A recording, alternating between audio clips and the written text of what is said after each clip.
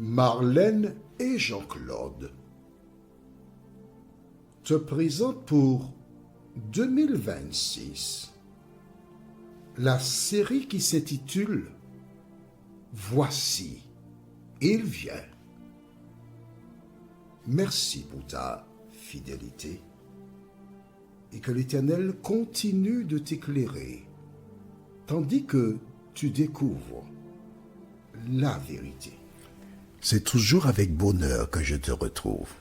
En effet, la Bible déclare qu'il y a plus de bonheur à offrir au lieu de recevoir. Aujourd'hui, notre thème, c'est « ôte tes souliers ». La référence se trouve dans le livre de Exode chapitre 3, les versets 1 à 6. Exode chapitre 3, versets 1 à 6. Le thème « ôte tes souliers ». Avant de l'aborder, recherchons Dieu à travers la prière. Notre Seigneur et notre Dieu, grande est notre joie parce que nous découvrons au fur et à mesure la vérité. Nous ne lisons pas la Bible, nous l'étudions afin de l'appliquer de telle sorte que lorsque tu paraîtras dans le ciel un jour, nous ferons partie de celles et ceux qui t'acclameront pour vivre éternellement. Cet esprit, merci de nous instruire une fois de plus, nous t'en prions, au nom de Jésus et pour ta gloire éternelle. Amen.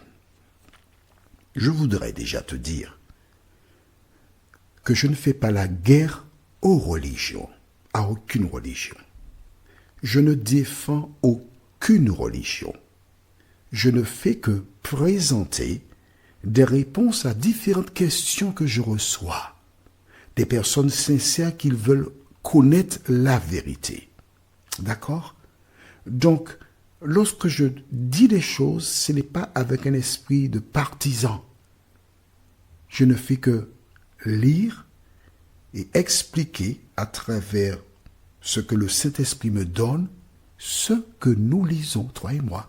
Et c'est pourquoi je tiens à ce que tu aies la Bible pour lire en même temps que moi.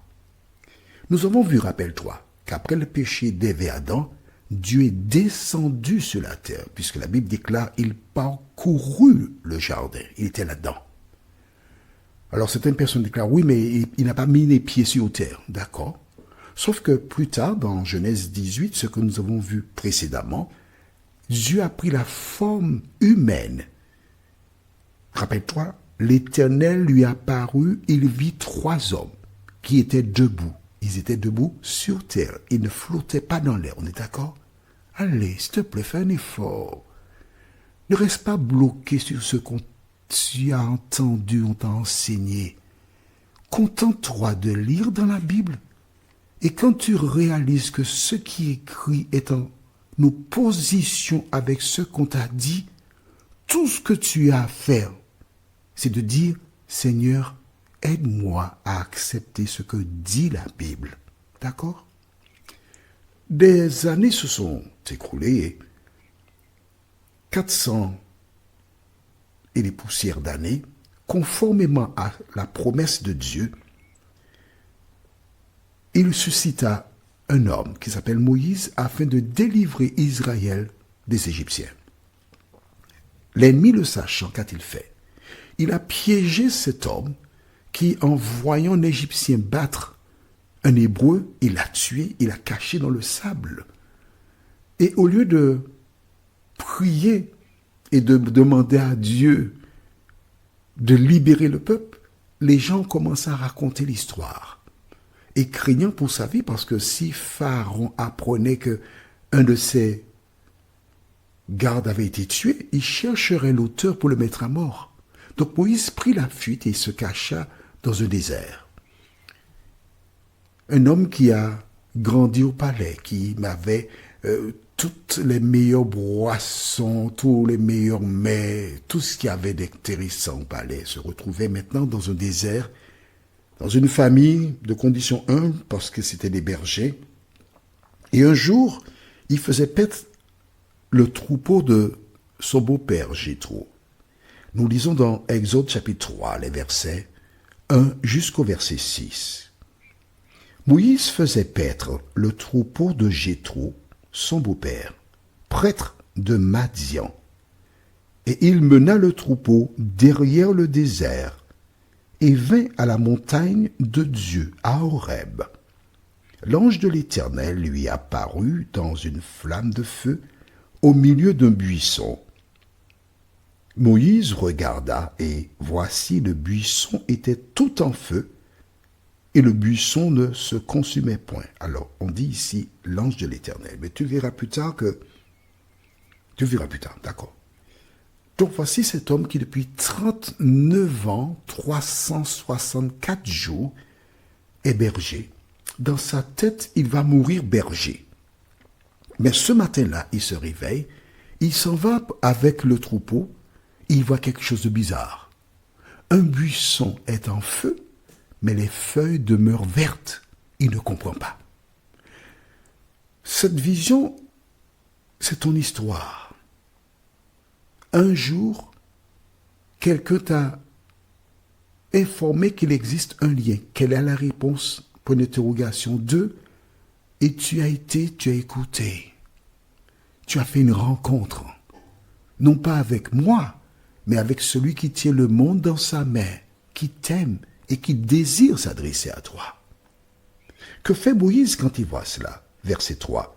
Moïse dit, « Je veux me détourner pour voir quelle est cette grande vision et pourquoi le buisson ne se consume point. » L'Éternel vit qu'il se détournait pour voir, et Dieu l'appela du milieu du buisson et dit, « Moïse, Moïse. » Et il répondit, « Me voici. » Maintenant tu vois, l'Éternel était au milieu du buisson. Où était le buisson? Sur terre.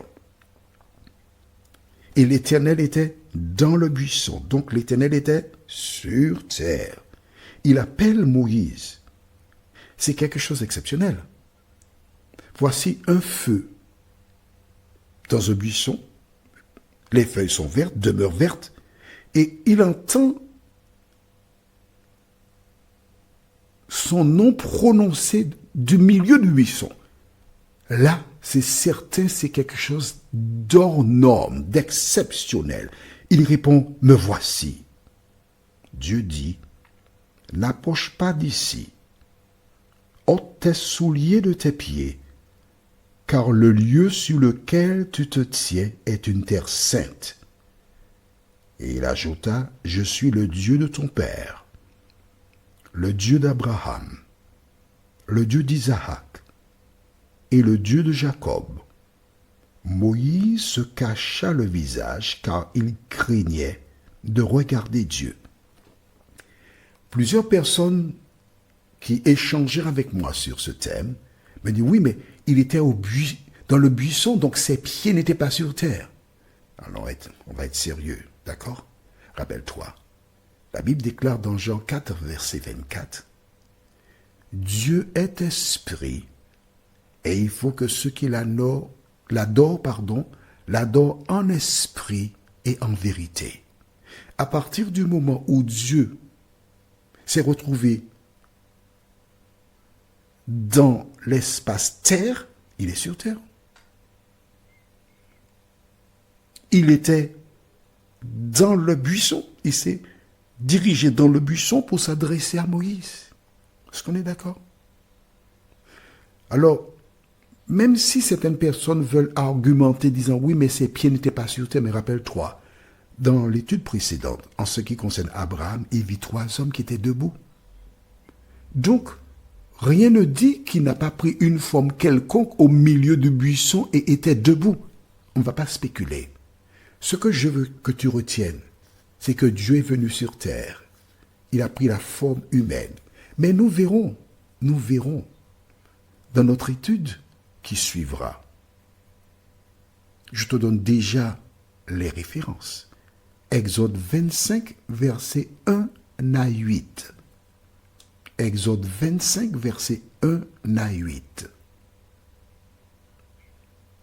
D'accord? Le thème c'est « Ils me feront ». Exode 25, versets 1 à 8. Pour l'heure, nous avons Dieu qui est descendu après le péché. Il a été vers à Ève et Adam. Ensuite, il a pris la forme humaine. 3 hommes qui se sont présentés à Abraham. Ensuite, il est venu dans le buisson s'adresser à Moïse afin de lui confier une mission. Nous verrons prochainement, ils me feront, et la référence, c'est Exode 25, versets 1 à 8. Dès à présent, tu peux la chercher et préparer ta feuille que tu placeras à la page. Tu peux lire et ce sera plus facile pour toi pour la compréhension. Prions. Notre Seigneur et notre Dieu, merci pour la parole. Car nous découvrons encore que tu es venu.